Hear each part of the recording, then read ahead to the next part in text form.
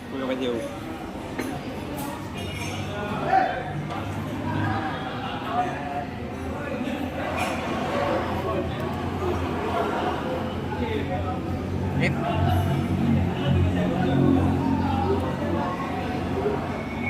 Habis dulu lah.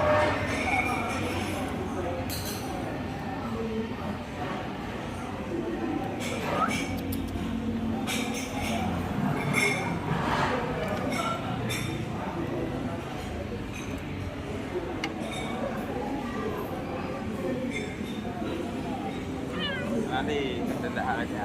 Tengok apa di rumah.